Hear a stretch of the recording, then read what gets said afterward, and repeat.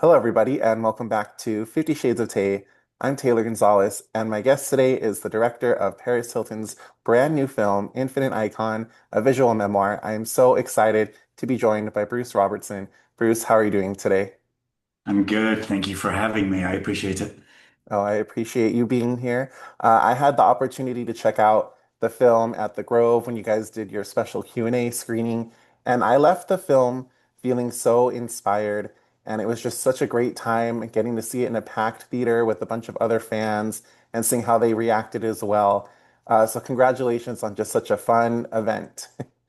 Thank you so much. It's been uh, really special to see all the fan and audience reaction to the film. It's always terrifying when you release something that you've held so close to your own life for so long and then release it into the world. But I appreciate that feedback. Thank you. Yeah, it was so nice. And everybody, when I was leaving the theater, I heard everyone just talking about like how much fun it was and, just what a fun like community experience it was to get to see it on the big screen in the same place and being with people who were wearing like their hot pink outfits.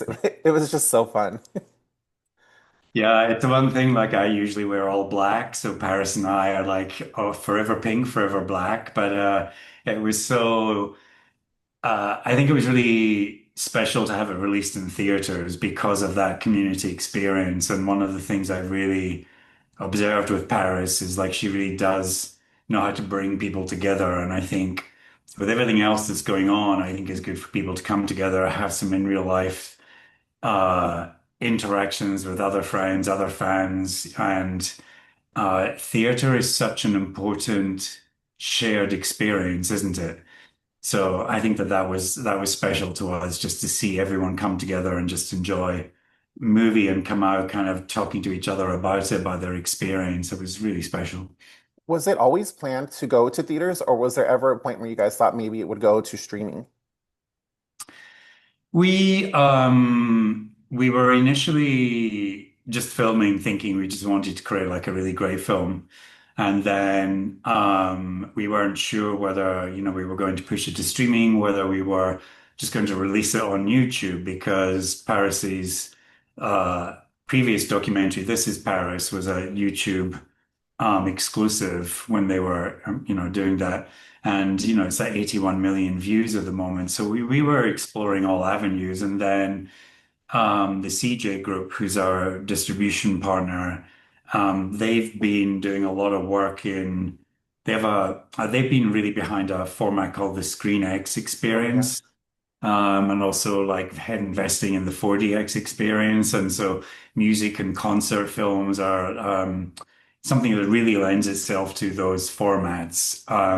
And so they approached us after Paris had uh, completed her concert at the Palladium, whether we would be interested in releasing it theatrically. So that's kind of how that came about. So it just seemed to be great timing, a great partnership, and they were great in terms of how we positioned this as a theatrical release. Yeah, I'm so glad it went to theaters because, like we mentioned earlier, like the community came together and getting to see everyone in their outfits and getting to hear, responses from other people. Just so much fun. You don't get that same experience, when you're in your living room by yourself. So very happy to have been able to see it in a theater. Yeah, I think theaters like we're also I'm guilty of it. Like, we're all like on phones checking other things when you're watching something at home. And I've tried really hard to be disciplined about not doing that. Like I'll just after a certain time just put my phone in another room because I really want to give focus to all the hard work and all the craft that, it takes a small army, to make movies and TV shows. And I feel like giving it my full attention is the least that I can do. And theaters, you don't really have a choice. And I think I think then you're really concentrating on the story, on the spectacle. And so, but as a lifelong lover of movies, to actually be sitting in a theater with something that, I helped to bring to life and to create was an incredibly special moment. And I think, theaters are just such an important part of pop culture and culture. No, I completely agree. I know you and Paris have collaborated before on Paris and Nicole, the Encore, but how did the two of you meet? So I've actually worked with Paris for 4 or 5 years, and my role is her chief storyteller, which basically means I'm across all film and TV and podcasting projects. And not everything involves Paris. Sometimes but she's always an executive producer if she's not on-screen talent. Well, the good thing about Paris is she has been, as we said in the movie, such a multi-hyphenate that it gives us a lot of places to be in because it always has to be authentic to why she's behind this project, why she's promoting this project.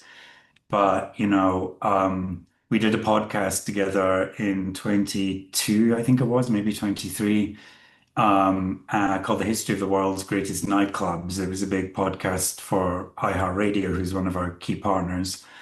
And I think the origins of Infinite Icon kind of started there, because it's where Paris first told me about the importance of alternates free to her.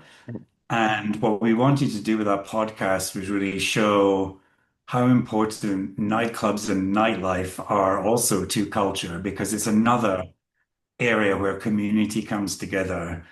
And we told a lot of stories from Paris to London, Manchester, New York, Detroit, Chicago. And the common themes were very much finding your community, finding your people. It's where, you meet your first love, you break up with your first love. And we wanted to find clubs that very much created that environment, but also had a really important role uh, in culture and society. And I'll give you one example. We profiled Danceteria, which was in the early 80s in New York. And what I found fascinating about that, it was kind of the anti-Studio 54. And but it was a very queer friendly, queer led club. And at one point you had Madonna working the coat check, Sade working behind the bar, the Beastie Boys as busboys, Keith Haring doing his work on the walls. And there was a beautiful moment where it went through a couple of locations, but the main location had like 4 floors in New York. And one of the locations had TVs and VCRs, and they encouraged local artists to create art that could be shown on those screens. But the reason that they had that room is because if you came to the club by yourself and you were shy, if you sat in that room, then it would be allow you to spark conversation with other people. And then when the AIDS crisis hit New York and hit the States, Danceteria pivoted from into being very a sanctuary, a safe space, like a real place of activism. And, I felt like there was so much as we were going through that episode that I was pulling from Paris about the origins of her activism and her relationship with the queer community and her relationship with clubs and her relationship with music. So hopefully you saw, that in the movie, but that's where that originated from.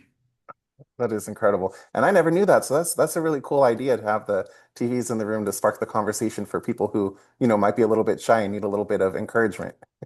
Yeah, because I haven't been to a club in forever, but sometimes I'm with Paris and she's DJing and everyone's Yeah. just filming her, and it's kind of like clubs are so different now, aren't they? And it's like it's more about again phones and not being present in the moment. And I think that, again, not to belabor the point, but I think that theater is just, um, for 99.9% of people, force you to put your phone Yeah. away.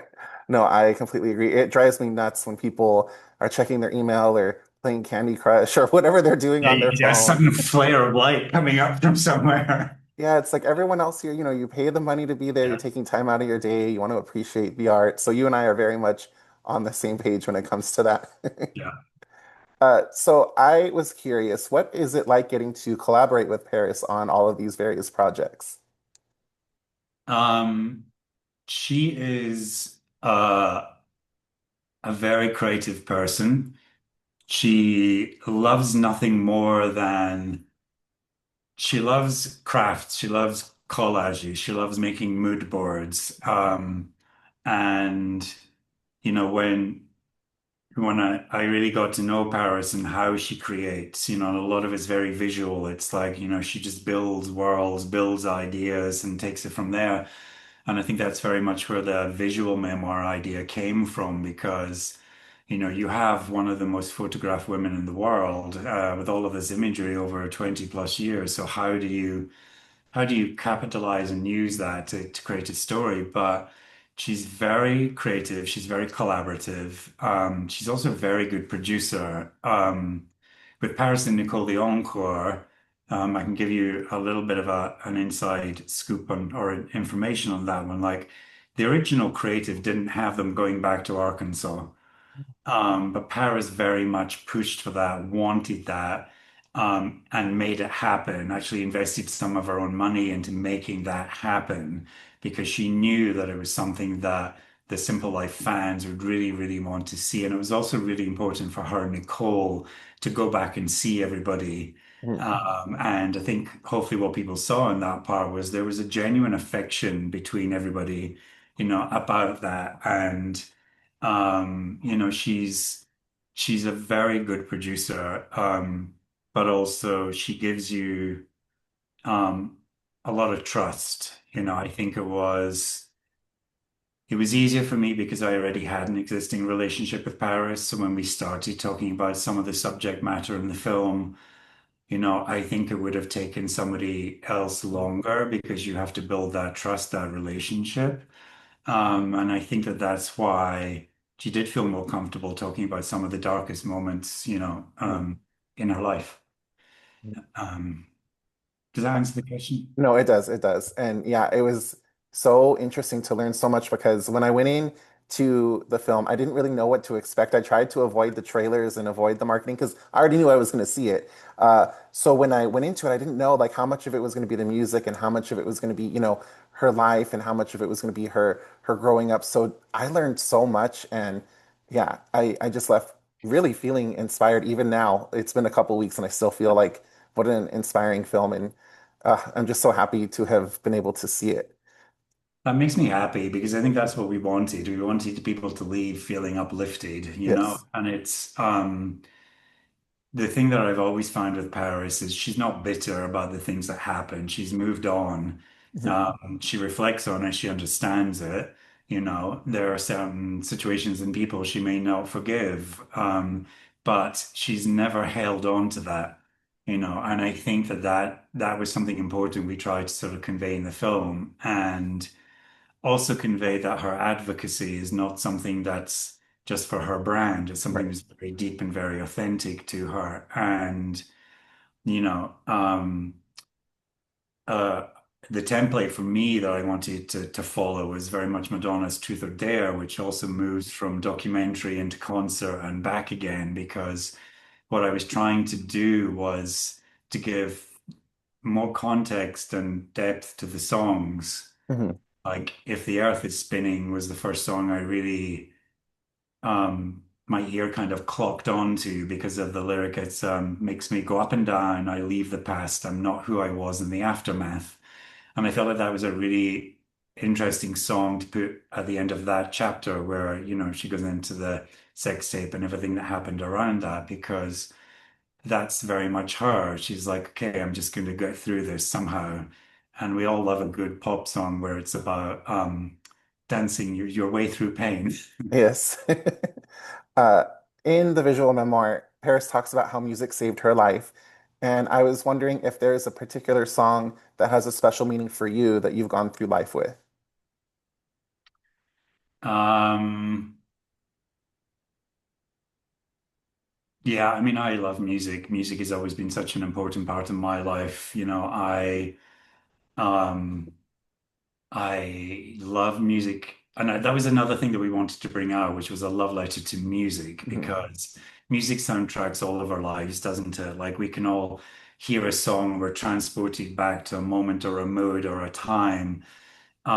It depends on the mood that I want to immerse myself in. Because, one of the things that I have not done in forever, but I used to love when CDs were the dominant Oh, way to get, music. mhm. Used to love getting the CD and going home and just putting all the blinds and all the curtains and in the pitch black, just listening to the album back to back. Yeah. Because I think then your senses are kind of focused on the music. So for me, there's like a Prayer is one of my songs that I go to uplift, but it's a very specific version.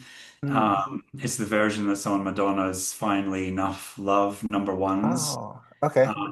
It's the kind of like the club remix, Mhm. but it's just such an uplifting song. Um, and then I am a Madonna like big fan, but there's a song of hers called Paradise Not For Me, which I Mm. think is just a beautiful, beautiful song. But yeah, I mean, so many songs.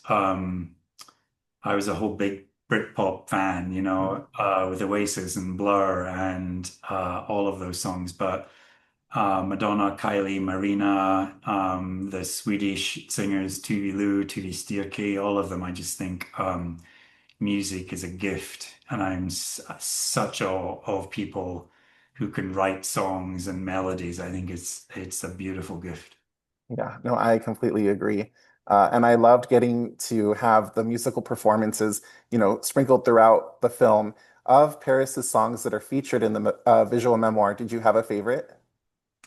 I really, well, Park Stars Are Blind because it's in its own kind of Yeah. category, but If the Earth is Spinning is one of my favorites. But again, personally, I love those kind of defiant pop songs.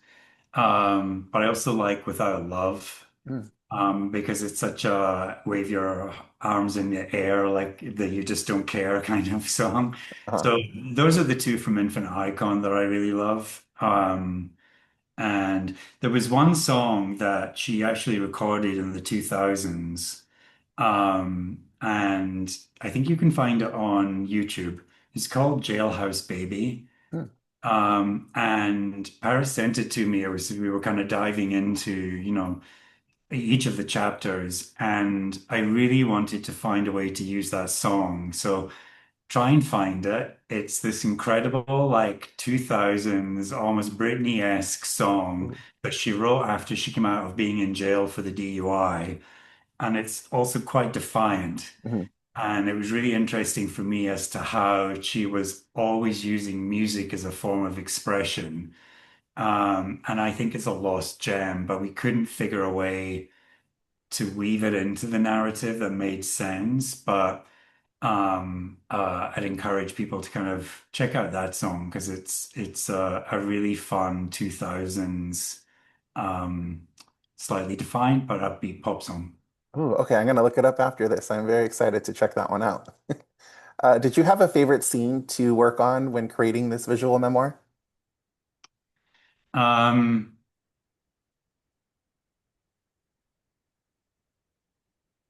I really love the Paris and Nicole scene. Yeah. Um, and I wanted to include that because I was really interested personally in people that she was so close to who had no idea that the secret that she was carrying. Yeah. And, everyone associates, Paris with Nicole and vice versa. And so I really wanted to kind of explore how Nicole felt, how she was processing this information that like her best friend had been through this, deep trauma. So I really enjoyed that because the two of them together are always just the chemistry is real, is what I'll say. Like, filming Paris and Nicole the Encore was a real joy because the two of them together, like sometimes they just disappear and they'd be like, oh, what are they up to now? But I think that was one, but also the concert, and it was very important to me, kind of the way that we just overlaid graphics and visuals Yeah. to the concert. I think that's where I had some of the most fun in the edit bay. And shout out to our editor, Travis Green. We'd never worked together before, but I would work with him in every single project. moving forward because we just found a really good rhythm. And I would make him go and watch concerts or concert films. And, I don't have a great brain for like, historical facts, but I can have a great brain for pop culture and pop culture references and I just was immersing him with different things. And I think that's what you see in the concert performances was a more stylistic approach to than just a straightforward concert, uh uh capture. No, I loved the graphics overlaid on top of the performances. I thought that was really unique and really, immerses you into the performances even more so. Thank you. I know that it's currently in theaters and they extended the run, but are there any plans for a physical release, like a DVD or a Blu-ray? Yes, we're working on all that at the moment. So we're in conversations with some streamers. We're also in conversations around, releasing it on iTunes and other platforms to buy or to rent. So I don't have anything concrete to say just yet, but we are actively exploring all of those. Awesome, awesome. Yeah, I would love to add it to my physical media collection. And then my last question for you before we go is there anybody out there that you would like to see a visual memoir from that maybe doesn't have one yet, doesn't have a documentary, or whose story you would like to hear told on the big screen? Um, I mean, I Madonna for me is the blueprint for so much. Not to say that she wasn't also inspired by like Chrissie Hynde and Debbie Harry and others, but when Paris and I were talking about, music and importance and all of that, and the chapter where she really gets into her long-standing relationship and advocacy for the LGBTQ community. It was around the time that she was about to do West Hollywood Pride and then World Pride in DC. And I shared a story with her, which was when I was 18 years old, I just moved to London and got tickets to see the Blonde Ambition tour. And you can do the math now, but um, and it was when the AIDS crisis was hitting UK and Europe, and it was just such a level of hatred and bigotry that was coming out, and just awful, awful headlines in like the more trashy, newspapers in the UK. And I remember being at the right at the front in Blonde Ambition tour, and Madonna just railing against hatred and bigotry and standing up for everybody and pushing for like non-discrimination and just love and not hate. And, that was the moment I imprinted on her like a duckling. Wow. And I remember saying to Paris, I said, there's going to be, at least one teenage kid who's going to be in that audience, who's going to see you as this high profile celebrity doing the same thing, especially at a time like now. Yeah. And I think that that's more artists like Madonna and others who really have always been advocates and allies for whichever community. I think I'd love to see more of that. But for me personally, that's a story I'd love to tell because she definitely created the blueprint for tours and music videos and, so much about the modern pop star template. And actually, I'd love to do a documentary about Danceteria because I think Yeah. that that's a really interesting story about creativity and activism. Yeah, no, I would love to see both of those projects. I feel like with Madonna, I know she's done documentaries in the past and she's, told her story, but I feel like we haven't heard all of it. And also, there's maybe people younger than me who might need to be reminded of, what she has done and how she has paved the way for people today. So I would love to see that as well. Yeah, I'm loving seeing on TikTok, like younger generations discovering her music. I Mhm. think an old track from the Erotica album has just gone viral on TikTok, Thief of Hearts, and I'm just like, I'm loving that. It's it's good to see. Mhm. No, I completely agree. But Bruce, I can't thank you enough for taking time out of your day to join me. You're In welcome. the meantime, where's a good place for people to come and follow you and keep up with all of your projects? So I'm on best is Instagram. I'm not the best with like social media, but it's where I definitely post more sort of Paris or 1111 media projects. So it's at Brucey D. Robertson on Instagram. Well, thank you so much. It was very nice getting to talk to you, and I hope you have a great rest of your day. Thank you so much. I appreciate it. Thank you. Bye. Bye.